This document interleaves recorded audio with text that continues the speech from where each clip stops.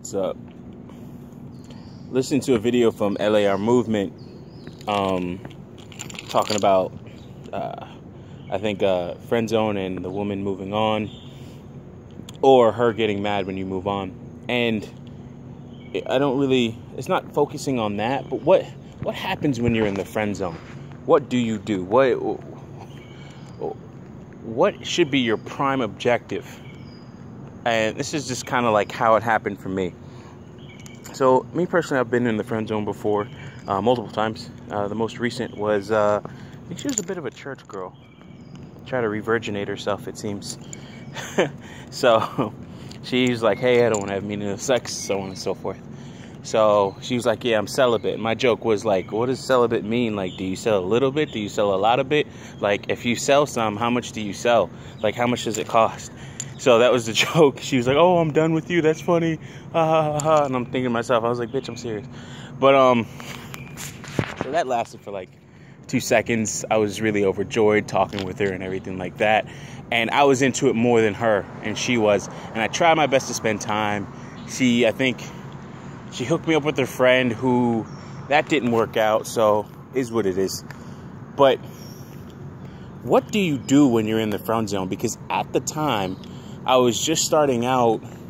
This is probably maybe over a year ago. So I was just starting out with the salon. And before that, the previous friend zone I was in, I was working on my business, my computer consulting business, which is still running now. And even with that, while during this whole friend zone period, I was still doing work. Shout out to Ulysses and the other people that talk. By Kevin Samuels, talk about improving yourself. By Kevin Samuels, Ulysses, which is Complex Design, CMPL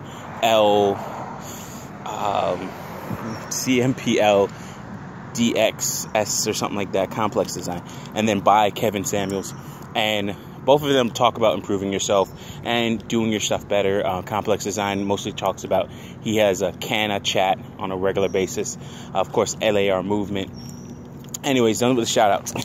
I had to put those guys in there because they talk about this quite a bit, and LAR inspired this video here. But what do you do while you're in the friend zone? And I think that's important, because I went from being in the friend zone and wanting to get close any way, shape, form. Hey, listen, I need something. I'm the person that's there for you. Trying to show my worth as a possible boyfriend or boyfriend candidate. Trying to say, hey, listen, if you need to borrow my car, if you need to borrow money, if you need somebody to talk to, so on and so forth, I'm here for you. I'm that shoulder to cry on. And then I went into, where you have a little bit of contempt for the person, or contempt for being in the friend zone. And it's like, yo, this is bullshit. This ain't really what I want, so on and so forth. Up until now, where it's like, if I get in a friend zone, I'm like, oh, okay. And then, you just keep it moving. Okay, still transitioning into it. You still have that little bit of contempt, like, well, I'm this, I'm that. But as you go on, or during that entire time, I was doing more of my own stuff, like bettering myself as an individual in business, and then bettering myself for the group of people that I work with and work for, the direct group of people. So like, I started my own little business, and then, had my little customer base. And then after that, I grouped up with other men to, get bigger, get a bigger customer base and handle more customers. And then up until now, where, I've partnered with multiple people for multiple different businesses to try and make something happen for myself and for my future. But during this time, throughout all these different friend zone phases, I was always focusing on doing more for my future. And I'm glad I never lost sight of that. And I didn't know what I was even looking at when I did it. So I can't say that, hey, this is what I started from the bottom. Now we're here. I planned this. God's plan. Like, no, like, it might have been God's plan, but it sure after a while, like at first it really wasn't even mine. It just happened type of deal. Like something was in me and I did it.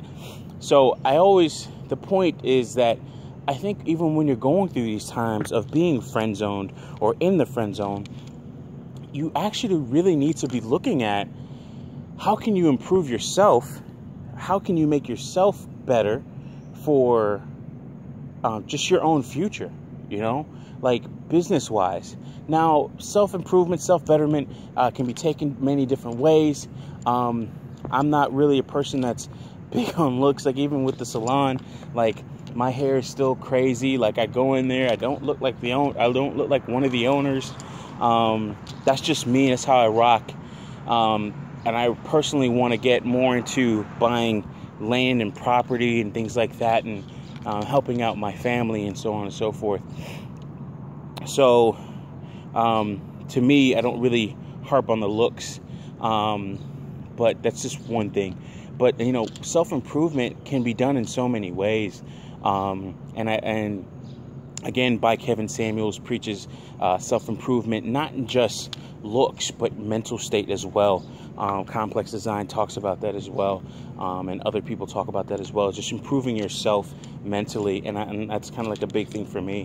What do you want? Improve your vision is probably a bigger thing for me. Is like, what do you want to do to improve not only yourself, but improve your vision of yourself? And I think that's important. And that improvement to vision of yourself could be as simple as just saving more, discipline, making yourself more financially literate, disciplining yourself more, and going from there. And during and back to the whole friend zone deal, but like during this time, all throughout, I was running my business, I was working jobs, and I went from my first job coming out of college, or when I said screw college, and I came back home after like playing football for 2 years in a very small school, an AIA school in Missouri. I said screw it, and I came back and I worked in liquor stores. So now I go back to these liquor stores and I talk to the owner and I show him, I was like, hey, listen, this is my salon, Mr. A. And he's just like, whoa, hey, Michael, this is really nice. Right? Like, that's actually kind of how he talks, Indian dude. Funny guy. Real nice. But, and then the people that I used to work with still work there. And good people. We still talk, still keep in touch.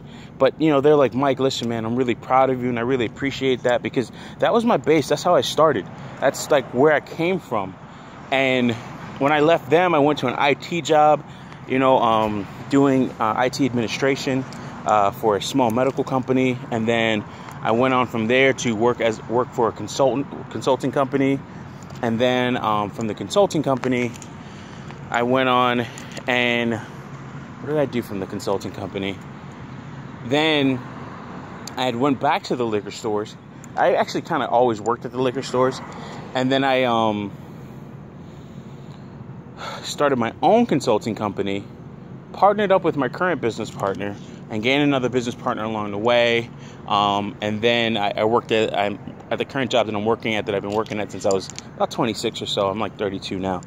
But at the current job, I've been here for like 6 going on 7 years. This August will be 7 years. So that's 2 months from now, actually. And with this job, I've built somewhat of like a decent little business portfolio with the computer consulting gig, where I make, decent amount an hour, or we charge, I should say, a decent amount an hour, because of course there's splits and everything else like that. But with that, I make like $50 to $125 an hour. So that's the rate that I pull in for my expertise. And then taking that money and not just saying, hey, listen, I made a lot of money plus my night job, but taking that money and then reinvesting it into something else that could possibly make me even more money. And that's a good thing, and that's a big thing. And I think people have to understand that's what you need to do. Even while you're in the friend zone, you still do need to be making strides. You can't just be face first in the pussy all the time, even when you ain't licking the motherfucker. You know what I mean? Like, as enjoyable that may be for you and the person that's getting it, you can't just be face first in this stuff. and not doing anything else. You're not even breathing for yourself. You know, like you're trying to breathe through the damn through the damn cooch, and you're sitting there and you're not doing anything else. And I think a lot of people have that problem, or they fall into that, and I hear it in the way that they the emotions that they have and the feelings that they put out there. When it comes to women, and even me, I was in that position too, but then I realized all the things that I was doing, the fact that I can always get women, blah, blah, blah, so on and so forth. But I guess to sum it up, you know, I do these loose rambles, but to sum it up, like, what are you doing while you're in the friend zone? Are you making yourself better? Are you making yourself to where you're that person that she wants to come back to, or he wants to come back to? Are you finding a way to increase your self-worth, or your worthiness, or your value? Are you doing things to make yourself a little bit more, how can I say, presentable? Are you doing things to make yourself desirable or desired? And I think that's a very important thing, and a lot of people aren't doing that. And sad to say, like, even me, I was at that point where I just thought I wasn't really thinking that way, and now I do. And it took me a while to find my value, and I think it's very important. And I think we all should look into ourselves and find our value, and look at increasing that. And if that person feels that way when they're gone and they come back, so be it. But really, that means two things to me. One, they couldn't value you properly. Two, and I think this probably should be number one, but I say it second because I think it's just more important. But two, you couldn't even value yourself properly. And that, when I made that realization, that really affected me negatively for a while, and then positively in time. And I started to see that the value that I assessed on myself came from someone else, came from a vagina. And that was a problem, because my friends were always saying, hey, Mike, you're worth more than this. Damn, Mike, you should be making more than this. Damn, Mike, you should have this. You should have that. You should be doing this and that, so on and so forth. And that, when you have other people around you, which was great for me, that saw that value, thankfully, they stuck with me long enough to say, hey, for me to realize my own value, my own worth, and to me to increase that value and worth. So I hope this helps. Have a nice one.